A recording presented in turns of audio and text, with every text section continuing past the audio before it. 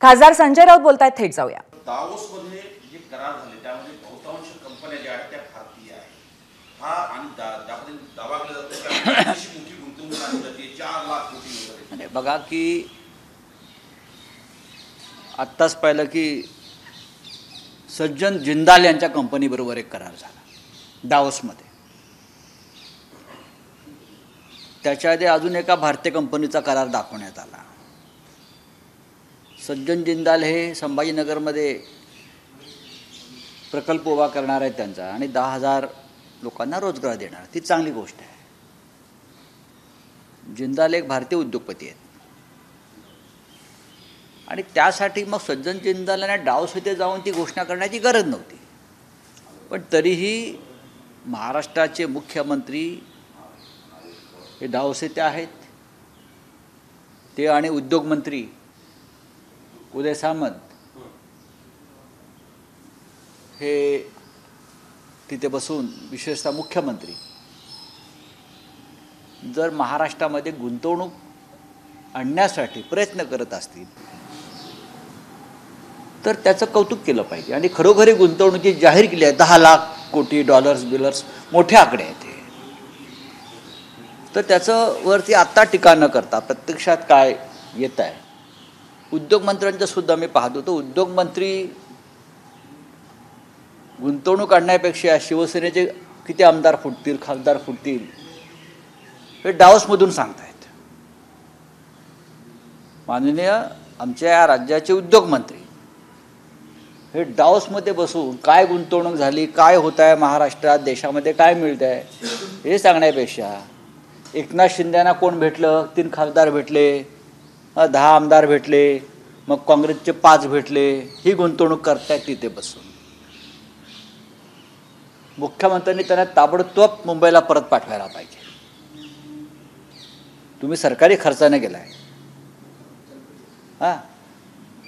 लाखो डॉलर खर्च करताय आणि तिथे बसून रोज तुम्ही गुंतवणुकीपेक्षा, उद्योग वाढवण्यापेक्षा राष्ट्रवादी काँग्रेसचे आम्ही किती आमदार फोडतो आहोत, किती खासदार फोडतो आहोत, शिवसेनेचे म्हणजे आमच्या शिवसेनेचे किती खासदार एकनाथ शिंदेना भेटले, किती आमदार भेटले, कसे फुटतायत, कसा धक्का देणार. त्यानंतर काँग्रेसचे हे डावसला जाऊन उद्योगमंत्र्याचं काम आहे का? काय करतायत ते? तिथे मुख्यमंत्री आहेत ना स्वतः. मुख्यमंत्र्यांनी त्यांच्याकडून या दौऱ्याचा खर्च वसूल केला पाहिजे पूर्णपणे तिजोरीत. हे करायला तुम्ही डावसला गेलाय का तिकडे? पण तुमचे 4 आमदार 3 खासदार माझा प्रश्न संपू द्या. तर उदय सामंत ह्यांना हा जाब विचारला पाहिजे आणि त्यांना ताबडतोब मुंबईला परत पाठवलं पाहिजे. जा मुंबईत जाऊन राजकारण करा. डावस ही काय राजकारण करण्याची जागा आहे का? ते काय म्हणतात ते सोडून द्या हो. तुम्ही स्वतः फुटलात ना, तुम्ही स्वतः बेईमान झालात ना.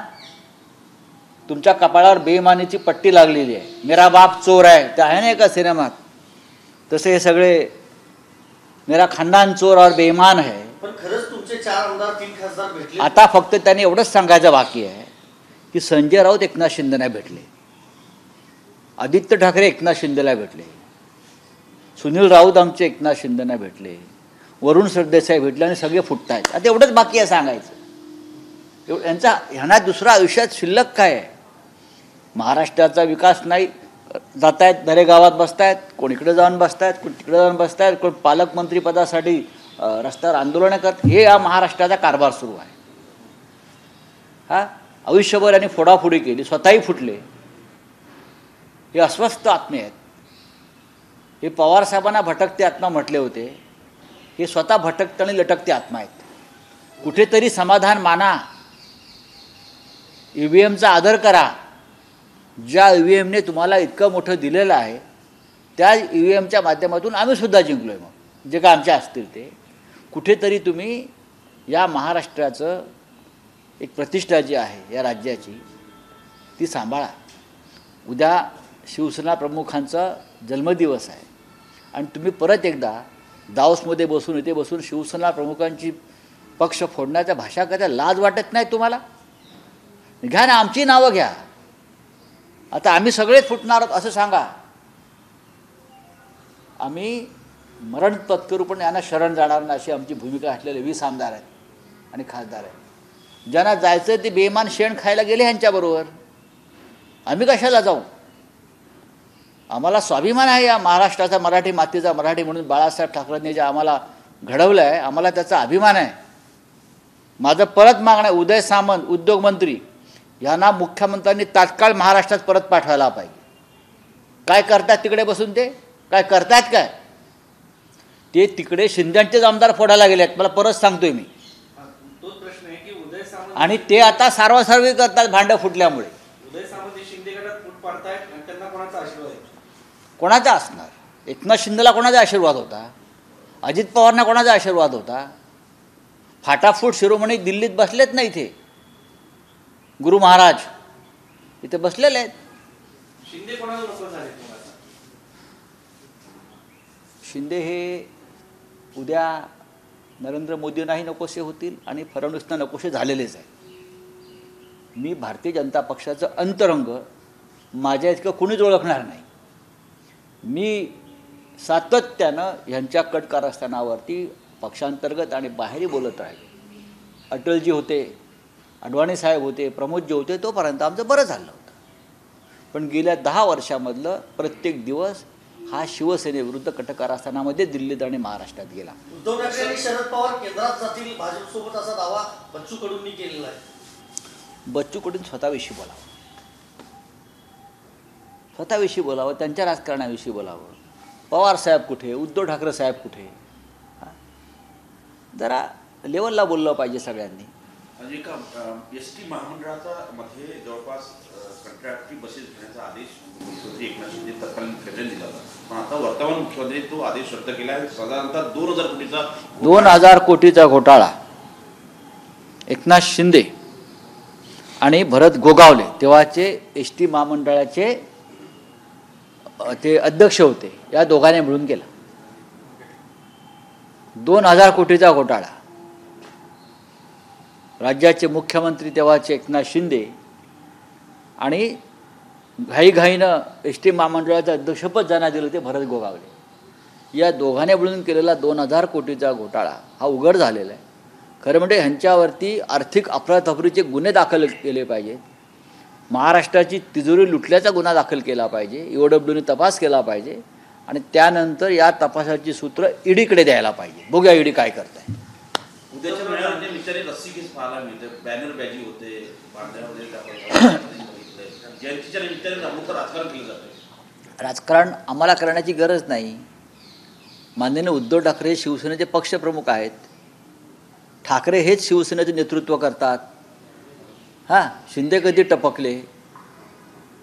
जोपर्यंत अमित शहा आहेत तोपर्यंत शिंद्यांचा अवतार आहे. परत आहे का? जोपर्यंत अमित शहा आहेत तोपर्यंत शिंद्यांचा अवतार टिकेल. हा तात्पुरता अवतार जो निर्माण केलेला आहे, ते जे आता निर्माण करतात ना आर्टिफिशियल इंटेलिजन्स, त्यातून सगळे ही बुडबुडे निर्माण करतात, तसे बुडबुडे आहेत. अमित शाह का खेल खत्म होगा तो एकनाथ शिंदे का खेल अपने आप खत्म होगा. बस. सुप्रीम कोर्टामध्ये छगन भुजबळ महाराष्ट्रातून घोटाळ्या प्रकरण आलं होतं. कोर्टाने ही याचिका फेटाळली आहे. मोठा दिलासा दिला. कोणाला? नवापल्लीकरांनाही दिलासा आहे अॅट्रॉसिटी कायद्याच्या संदर्भात. कोणाला? नवापल्लीकरांना. नाही ठीक आहे ना, आता हळूहळू सगळ्यांना दिलासे मिळतील. पक्ष बदललेले आहेत.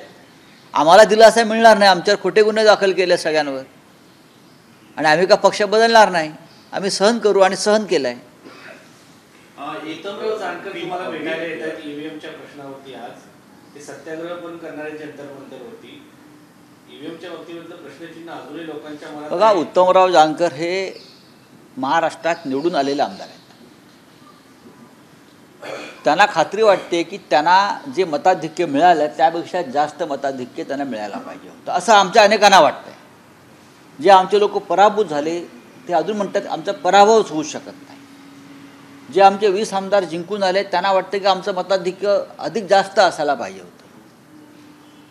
हा ईव्हीएमचा घोटाळा नक्कीच आहे आणि उत्तमराव जानकर आणि इतर काही त्यांचे प्रमुख लोक सहकारी निवडणूक आयोगाला भेटणार आहेत, इथे आंदोलन करणार आहेत.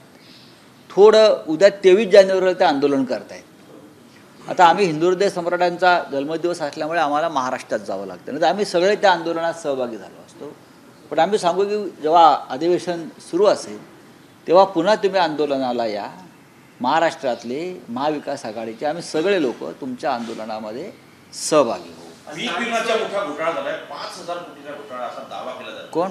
1 रुपयामध्ये पीक विमा देण्याच्या संदर्भात सगळ्यात जास्त प्रकरण बीडमध्ये आहे. 1,25,000. पण त्या घोटाळ्याचं समर्थन केलेल्या कृषी मंत्र्यांनी तुमच्या काल पाहिलं असेल. 2-4% घोटाळा भ्रष्टाचार होणारच. त्याच्यावर जितेंद्र आव्हाडांनी उत्तर दिलं आहे की पीक विम्याची उलाढाल किती लाख हजार कोटीमध्ये पहा आणि त्यातले 4% काढा. मग ते 4% किती हजार कोटी होत आहेत. म्हणजे किती हजार कोटीचा घोटाळा आधीच्या मंत्र्याने केला आहे त्याच्यावर बोला. म्हणजे खुल्या भ्रष्टाचाराचं समर्थन करणारे मंत्री आज या मंत्रिमंडळामध्ये आहेत. चला, दावोस से दावा किया जा रहा है, दावोस से दावा किया जा रहा है कि एमएलए और सांसद जो है वो संपर्क में कभी भी टूट सकते हैं.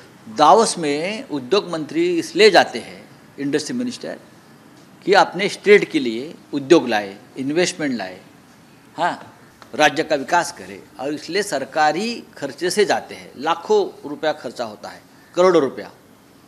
लेकिन हमारे उद्योग मंत्री वहाँ जाकर इन्वेस्टमेंट की बात नहीं कर रहे. दावोस में बैठकर क्या बोल रहे हैं? हम इतने विधायक तोड़ने जा रहे हैं, हम उतने सांसद तोड़ने जा रहे हैं. कांग्रेस के इतने विधायक एकनाथ शिंदे को मिले, एनसीपी के इतने मिले, उद्धव ठाकरे साहब के इतने मिले. ये उनका काम है दावोस में बैठकर. मेरी मांग है मुख्यमंत्री से, वहाँ बैठे मुख्यमंत्री फडणवीस जी, ऐसे इंडस्ट्री मिनिस्टर को ताबड़तोड़ महाराष्ट्र में पार्सल भेज दीजिए उनका.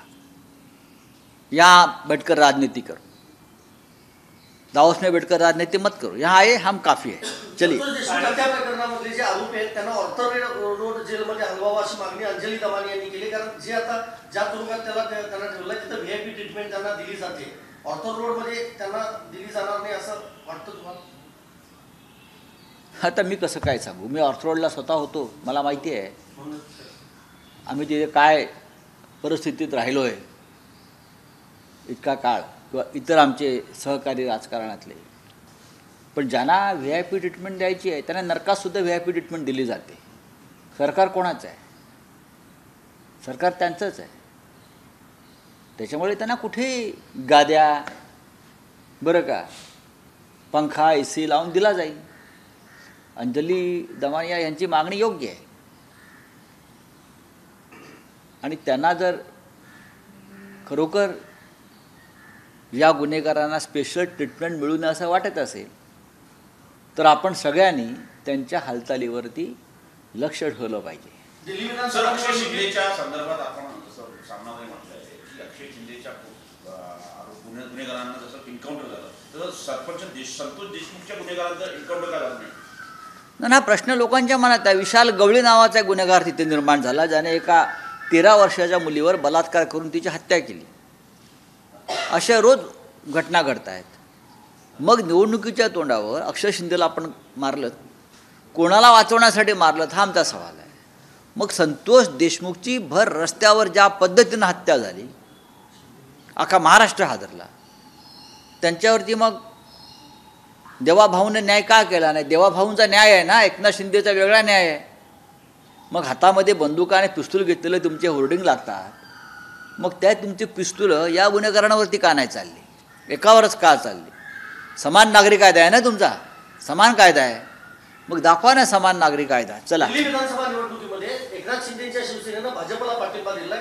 तुमचा पाठिंबा कुणाला? नाही बघा, एकनाथ शिंदे मी काल म्हणालो ट्रम्पलाही पाठिंबा देऊ शकतात किंवा फ्रान्सच्या सरकारला पाठिंबा देऊ शकतात. मोठा पक्ष आहे त्यांचा. आफ्रिकेमधल्या 3 नायजेरिया, कांगो आणि बुरुंडी येथे निवडणुका आहेत. तर कदाचित ते त्यांचा पक्ष तिकडल्या त्यांचे जे प्रवक्ते वगैरे आहेत ते बुरुंडी वगैरे, रवांडा वगैरे देशात जाऊन तिथे शिवसेनेची उमेदवारी जाहीर करू शकतात. त्याच्यावर मी काय बोलणार? इतका मोठा पक्ष आहे त्यांचा. आणि त्यांच्या ज्या पक्षाचे प्रमुख अमित शहा आहेत, एकनाथ शिंदेच्या पक्षाचे पक्षप्रमुख अमित शहा आहेत ना, त्याच्यामुळे ते त्यांच्या सूचनेनुसार वागत असतील. सर, हिंदी में कर्नाटक हाईकोर्ट के जस्टिस दीक्षित हैं, उन्होंने कहा है संविधान निर्माण में ब्राह्मणों का अहम योगदान है. उसको लेकर वहाँ पे बहुत सारी कंट्रोवर्सीज भी हुई है. आप नहीं, मैं अभी तक वो स्टेटमेंट पढ़ा नहीं है, मेरे पास जानकारी नहीं है. संविधान सभा में सभी जाति धर्मों के लोग थे, सभी विचारधारा के लोग थे. और सभी ने मिलकर संविधान को बनाया है। एबीपी माझा, उघडा डोळे बघा नीट।